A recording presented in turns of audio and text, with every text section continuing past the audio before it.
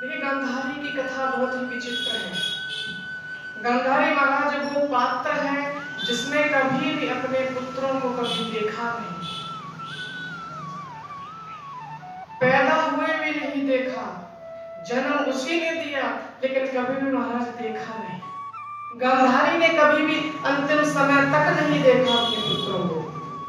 जब वो महाराज पधार गए तब गांधारी ने अपने स्वामी धृतराष्ट्र से कहा, हे स्वामी, क्या कम से कम मैं अपने पुत्रों के मरने के बाद मैं अपने पुत्रों को देख सकती हूँ?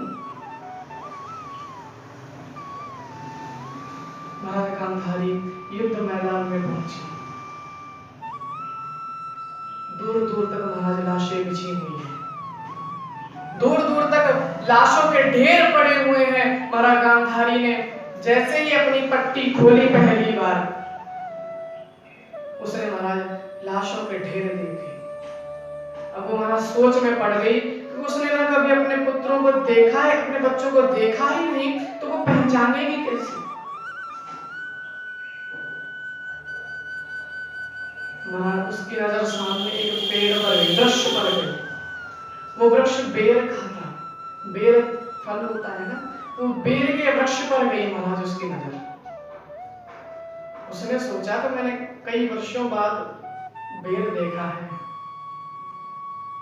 उसका महाराज मन बेर खाने को आसक्त हो गया। अब उसने सोचा कि मेरे उचित पधार ही गए, 10 मिनट बाद देख लूंगी, पहले बेर खा लूं। उन गांधारी ने सोचा कि सबसे पहले मैं बेर खाऊंगी। शास्त्र कहता है कि भुक्षतम किम न करोति पापम। भूखा आदमी कौन सा पाप नहीं करता?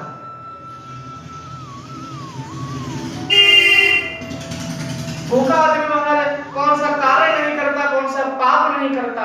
महाराज गांधारी ने ऊपर को हाथ उठाया, बेर को लेने के लिए ऊपर को हाथ उठाया, तो महाराज उसका हाथ बेर तक नहीं पहुंचा, क्योंकि जो बेर था वो थोड़ा ऊंचाई पर लगा हुआ था। महाराज बेर तक हाथ नहीं पहुंचा। अब नीचे महाराज शव पड़ा हुआ था एक, तो उसे ये तो पता नहीं कि महाराज किसका शव है। उसने शव को नीचे रखा और उसकी छाती पर खड़ी हो गई और बेर को लेने के लिए ऊपर को हाथ उठाया, तो भी महाराज हाथ नहीं पहुंचा, असमर्थ रही। अब उसने महाराज जितने 100 शव पड़े हुए थे, जिस सभी शवों को इकट्ठा कर पर्वत बना लिया और सबसे ऊपर वाले शव पर उसकी छाती पर खड़ी होकर बेर के फल को खाने लगी। उधर से महाराज कृष्ण जी खड़े हैं, ठाकुर जी ताली मारकर हंसते हैं, बोले वाह क्या दृश्य है। गांधारी कहती है, कृष्ण जी आप क्यों हंसे? तो कृष्ण जी कहते हैं बताऊंगा। गांधारी कहती है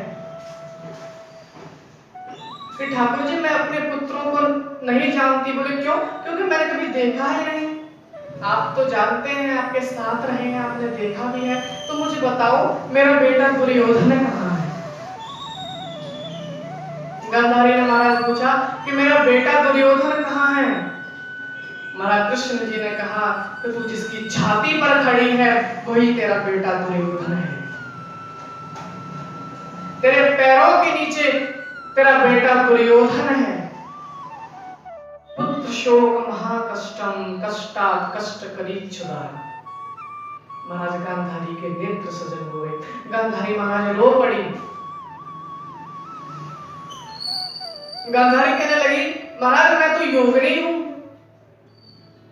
मैं अपने पूर्व 100 जन्मों को देख सकती हूँ, लेकिन मैंने उन जन्मों में कोई ऐसा पाप नहीं किया जिससे मुझे यह कष्ट भोगना पड़ रहा है। मैं अपने ही पुत्रों की शव की छाती पर खड़ी होकर बेर को खा रही हूँ। मैंने ऐसा कौन सा पाप किया है? महाराज कृष्ण जी कहते हैं कि यही तुझ में और मुझ में भेद है।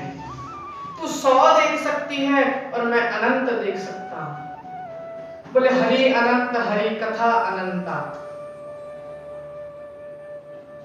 फिर महाराज ठाकुर जी उनको बताते हैं कि तू अपने 101वें जन्म में तू राजकुमारी थी, तेरे ना सर में बहुत दर्द दर्द हुआ करता था, जो तेरा सर का दर्द था, तुझे बहुत ही पीड़ित किया करता था। तेरे सर का दर्द बहुत ही तुझे पीड़ित किया करता था। तेरे पास एक दिन हकीम आया। उस हकीम ने तुझसे कहा कि मेरे पास दवाई है इस दर्द की, लेकिन उसमें थोड़ा सा हिंसक काम होगा। तो तुमने उससे कहा था कि कुछ भी हिंसक कार्य करो, लेकिन मेरे सर के दर्द को सही करो। उस हकीम के महाराज हिंसक काम ये था कि उस हकीम ने दवाई बनाई। उस दवाई तैयार करने में 100 केंचुओं का प्रयोग किया गया। कथा बहुत प्रसिद्ध है। महाराज उसमें 100 केंचुओं को कूटा गया था, फिर महाराज वो मलहम तैयार किया गया था, फिर वो मलहम तुमने अपने सर पर लगाया था। ये वही 100 केंचुए 100 जन्म से अपना उत्तर लेने की प्रतीक्षा कर रहे हैं। तुम्हारी साधना इतनी प्रबल थी कि तुम्हारे दुश्मन ना बनकर, तुम्हारे ही गर्भ से पैदा होकर, तुम्हारे ही पुत्र बनकर और खुद ही मर गए और कष्ट तुम्हें